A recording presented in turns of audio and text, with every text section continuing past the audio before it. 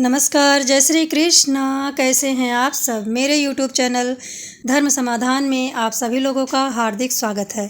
आज हम आपको भाद्रपद मास के शुक्ल पक्ष की परिवर्तनी एकादशी की कथा सुनाने जा रहे हैं। आप सभी श्रद्धालु भक्तजनों को, मेरी माताओं को, मेरी बहनों को पद्मा एकादशी, परिवर्तनी एकादशी, वामन जयंती और ढोल ग्यारस की बहुत बहुत हार्दिक बधाइयाँ एवं शुभकामनाएँ। माता यशोदा ने भगवान श्री कृष्ण का इसी दिन जल पूजन किया था। भाद्रपद माह में आने वाली एकादशी को परिवर्तनी एकादशी कहते हैं। इसी दिन भगवान योग निद्रा में शयन करते हुए करवट बदलते हैं, इसलिए इसे परिवर्तनी एकादशी कहा जाता है। परिवर्तनी एकादशी का व्रत गणेश उत्सव की अवधि में रखा जाता है, इसलिए प्रत्येक भक्तजन को, माताओं को, बहनों को श्री हरि विष्णु के साथ ही साथ विघ्नहर्ता गणपति की भी पूजा करनी चाहिए। आप चाहें तो लड्डू और 21 दुर्वा अवश्य अर्पित करके गणेश जी की कृपा को प्राप्त कर सकते हैं। परिवर्तनी एकादशी व्रत का उपवास करने से व्यक्ति को वाजपेयी यज्ञ के समान पुण्य फल की प्राप्ति होती है। इस विशेष एकादशी को जलझुलनी एकादशी के नाम से भी जाना जाता है। इस दिन श्री हरि विष्णु के अवतार वामन देव की पूजा होती है, क्योंकि इसी दिन इनका जन्मोत्सव मनाया जाता है। इस व्रत को रखने से साधक को भय, रोग, दोष, क्रोध इत्यादि से मुक्ति मिल जाती है। परिवर्तनी एकादशी का व्रत रखना सर्वश्रेष्ठ एवं महत्वपूर्ण है। इसमें जगत के पालनहार भगवान श्री हरि विष्णु की पूजा उपासना करने का विधान है। श्रेष्ठ कर्म करने से मनुष्यों को अक्षय पुण्य फल की प्राप्ति होती है। जीवन में धन ऐश्वर्य की प्राप्ति होती है। इस एकादशी के दिन दान का भी महत्व है। आप जरूरतमंद व्यक्ति को भोजन, वस्त्र दान दे सकते हैं। ऐसा करने से भी आप श्री हरि के चरणों में अपना स्थान प्राप्त करके अंत समय में मोक्ष को प्राप्त कर जाएंगे, क्योंकि प्रत्येक माह में आने वाली एकादशियों का अपना अपना विशेष महत्व होता है। ठीक इसी प्रकार से ही भाद्रपद माह में आने वाली परिवर्तनी एकादशी का भी अपना एक विशेष महत्व है। भाद्रपद माह में आने वाली शुक्ल पक्ष की एकादशी को भागवत शुक्ल पक्ष एकादशी भी कहते हैं, क्योंकि भागवत सप्ताह होता है। कहने का मतलब है इसी माह में ही शुकदेव जी महाराज ने राजा परीक्षित को भागवत कथा सुनाई थी। इसी माह में नारायण के ऋषिकेश स्वरूप की पूजा होती है और इसी बीच में यह एकादशी आती है। इसलिए यह एकादशी 52 श्रेष्ठ एकादशियों का पुण्य फल प्रदान करने वाली होती है। इसी दिन ही 52 भगवान का प्राकट्य दिवस भी मनाया जाता है। इस दिन भगवान श्री हरि विष्णु क्षीर सागर में करवट लेते हैं। भगवान श्री हरि विष्णु वासुदेव कमल पर विराजमान होते हैं, इसलिए इसे पद्मा एकादशी कहते हैं। भगवान श्री लक्ष्मी नारायण इस दिन ढोल में बैठकर नगर भ्रमण करने के लिए निकलते हैं। गांव-गांव, शहर-शहर ढोल में बैठा करके भगवान को नगर का भ्रमण कराते हैं, इसलिए इसे ढोल ग्यारस कहा जाता है। इसका व्रत करने से मानसिक, वाचिक, कायिक पाप नष्ट होते हैं और पुण्यों का उदय होता है। एकादशी का व्रत करने से 52 एकादशी का पुण्य तो आपको प्राप्त ही होगा, लेकिन यदि किसी कारण से आप व्रत नहीं रख पा रहे हैं तो आप सिर्फ नियमों का पालन करके, नारायण की पूजा उपासना करके, ज़रूरतमंदों को दान दे करके इस दिव्य एकादशी के पुण्य फल को प्राप्त कर सकते हैं। कथा सुनने से पहले हम भगवान श्री कृष्ण की, भगवान श्री हरि विष्णु की, गणपति की स्तुति करेंगे। आप कहें, त्वमेव माता च पिता त्वमेव बंधुश्च सखा त्वमेव विद्या द्रविड़ं त्वमेव सर्वं मम देवदेव। शांताकारं भुजंगशयनं पद्मनाभं सुरेशं विश्वाधारं गगनसदृशं मेघवर्णं शुभांगं लक्ष्मीकान्तं कमलनयनं योगिभिर्ध्यानगम्यं वंदे विष्णु भवभयहरणं सर्वलोकैकनाथं।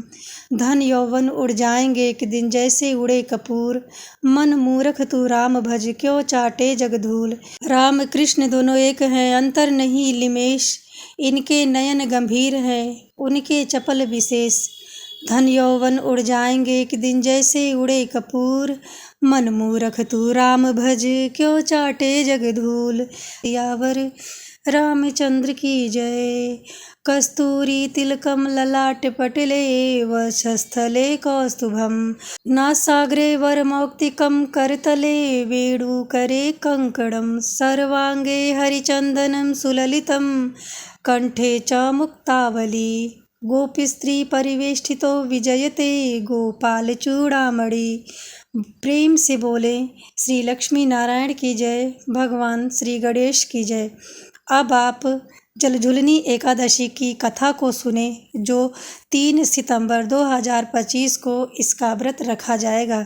हमारे पुस्तक में जो कथा दी गई है, हम आपको वही कथा सुनाएंगे।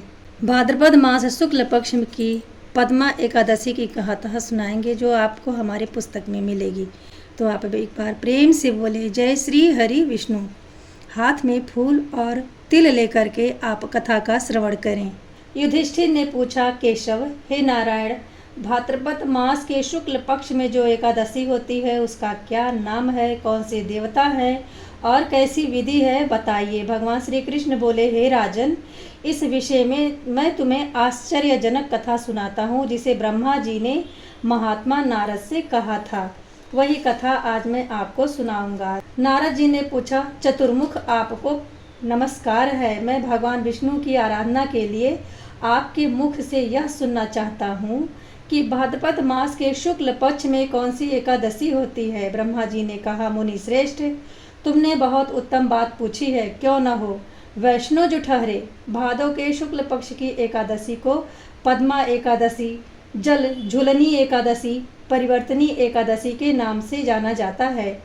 इस दिन भगवान विष्णु के ऋषिकेश स्वरूप की पूजा होती है। यह उत्तम व्रत करने योग्य है। सूर्य वंश में मानधाता नामक एक चक्रवर्ती सत्य प्रतिज्ञा और प्रतापी राज्य ऋषि हो गए। वे प्रजा का अपने औरस पुत्रों की भांति धर्म पूर्वक पालन किया करते थे।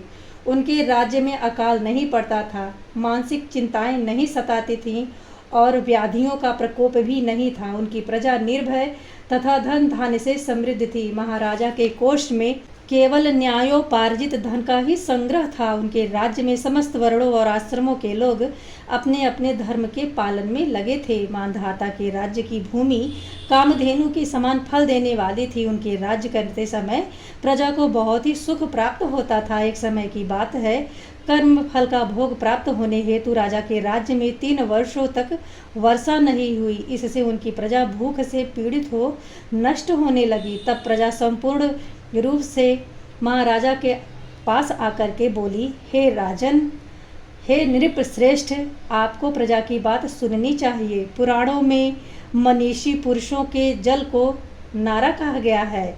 वह नारा ही भगवान का अयन अर्थात निवास स्थान है। इसलिए वे नारायण कहते हैं। नारायण स्वरूप भगवान विष्णु सर्वत्र व्यापक रूप में विराजमान है। वे ही मेघ स्वरूप होकर वर्षा करते हैं। वर्षा से अन्न पैदा होता है और अन्न से प्रजा जीवन धारण करती है। हे राजा, इस समय अन्न के बिना प्रजा का नाश हो रहा है, अतः कोई ऐसा उपाय कीजिए जिससे हमारे योगक्षेम का निर्वाह हो सके। राजा ने कहा, आप लोगों का कथन सत्य है, क्योंकि अन्न को ब्रह्म कहा गया है। अन्न से प्राणी उत्पन्न होते हैं और अन्न से ही जगत जीवन धारण करते हैं। लोक में बहुधा ऐसा सुना जाता है तथा पुराणों में भी बहुत विस्तार से ऐसा वर्णन है कि राजाओं के अत्याचार से ही प्रजा को पीड़ा होती है। किंतु जब मैं बुद्धि से विचार करता हूँ तो मुझे ऐसा किया हुआ अपना कोई अपराध दिखाई नहीं देता है। फिर भी मैं प्रजा का हित करने के लिए पूर्ण प्रयत्न करूँगा। ऐसा निश्चय करके राजा मानधाता इन्हें गिने व्यक्तियों को साथ ले विधाता को प्रणाम करके सघन वन की ओर चल दिए। वहां जाकर मुख्य मुख्य मुनियों और तपस्वियों के आश्रम पर घूमते फिरते रहे। एक दिन उन्हें ब्रह्मा पुत्र अंगीरा ऋषि दर्शन हुआ। उन पर दृष्टि पड़ते ही राजा हर्ष से भर उठे, अपने वाहन से उतर पड़े और इंद्रियों को वश में रखते हुए दोनों हाथ जोड़कर उन्होंने मुनि के चरणों में दंडवत प्रणाम किया। मुनि ने भी स्वस्ति वचन कहकर राजा का अभिनंदन किया और उनके राज्य के 7 अंगों की कुशल पूछी। राजा ने अपने कुशल बताकर मुनि के स्वास्थ्य का समाचार पूछा। मुनि ने राजा को आसन और अर्घ्य दिया। उन्हें ग्रहण करके जब वे मुनि के समीप बैठे तो उन्होंने इनके आगमन का कारण भी पूछा। तब राजा ने कहा, भगवान, मैं धर्मानुकूल प्रणाली से पृथ्वी का पालन कर रहा था, फिर भी मेरे राज्य में वर्षा का अभाव हो गया है। इसका क्या कारण है, इस बात को मैं नहीं जानता। ऋषि बोले, राजन, यह सब युगों में उत्तम सतयुग है। इसमें सब लोग परमात्मा के चिंतन में लगे रहते हैं तथा इस समय धर्म अपने चारों चरणों से युक्त है। इस युग में केवल ब्राह्मण ही तपस्वी होते हैं, दूसरे लोग नहीं। किंतु महाराज, तुम्हारे राज्य में यह शूद्र तपस्या करता है, इसी कारण मेघ पानी नहीं बरसाते। तुम इसके प्रतिकार का यत्न करो, जिससे यह अनावृष्टि का दोष शांत हो जाए। राजा ने कहा, मुनिवर, एक तो यह तपस्या में लगा है, दूसरे निरपराध है, अतः मैं इसका अभिष्ट नहीं करूँगा। आप उक्त दोषों को शांत करने वाले किसी धर्म का उपदेश कीजिए। ऋषि बोले, राजन, यदि ऐसी बात है तो एकादशी का व्रत करो। भाद्रपद मास के शुक्ल पक्ष में जो पद्मा एकादशी आती है, जो जलझुलनी परिवर्तनी एकादशी के नाम से विख्यात होती है, उसके व्रत से प्रभाव से निश्चय ही उत्तम वृष्टि होगी। नरेश, तुम अपनी प्रजा और परिजनों के साथ इसका व्रत करना। ऋषि का यह वचन सुनकर राजा अपने घर लौट आए। उन्होंने चारों वर्णों की समस्त प्रजाओं के साथ भादो मास के शुक्ल पक्ष की पद्मा एकादशी का व्रत धारण किया, नियम भी अपनाए। इस प्रकार व्रत करने पर मेघ पानी बरसाने लगे, पृथ्वी जल से आप्लावित हो गई और हरी भरी खेती होने से सुशोभित होने लगी। उस व्रत के प्रभाव से सब लोग सुखी हो गए, संपन्न हो गए। भगवान श्री कृष्ण कहते हैं, हे राजन, इस कारण इस उत्तम व्रत का अनुष्ठान अवश्य करना चाहिए। पद्मा एकादशी के दिन जल से भरे हुए घड़े को वस्त्र से ढककर दही और चावल के साथ ब्राह्मण को दान देना चाहिए। साथ ही छाता और जूता भी दान देना चाहिए। दान करते समय निम्नांकित मंत्रों का उच्चारण करें। मंत्र है, नमो नमस्ते गोविंद बुद्धा श्रवण संज्ञक औघो अघ संरक्षम कृत्वा सर्व सौख्यम प्रदो भव भुक्ति मुक्ति प्रदद चैव लोकानाम सुखदायकः। बुधवार और श्रवण नक्षत्र के योग से युक्त द्वादशी के दिन बुद्ध श्रवा नाम धारण करने वाले भगवान गोविंद, आपको नमस्कार है, नमस्कार है। मेरी पाप राशि का नाश करके आप मुझे सब प्रकार के सुख प्रदान करें। आप पुण्य आत्मा जनों को भोग और मोक्ष प्रदान करने वाले तथा सुखदायक हैं। राजन, इसके पढ़ने और सुनने से मनुष्य सब पापों से मुक्त हो जाते हैं।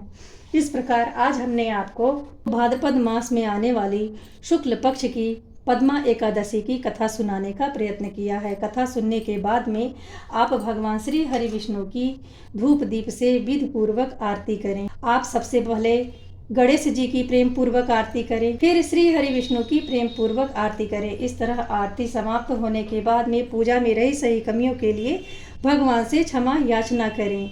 आज हमने आपको भाद्रपद मास में आने वाले शुक्ल पक्ष की पद्मा एकादशी की कथा सुनाई है। यदि आप इस कथा को सुन के जरा सा लाभान्वित होते हैं तो कमेंट बॉक्स में जय श्री हरि विष्णु जरूर लिखें। मिलते हैं अगले वीडियो में ऐसी ही महत्वपूर्ण जानकारी के साथ। तब तक के लिए नमस्ते।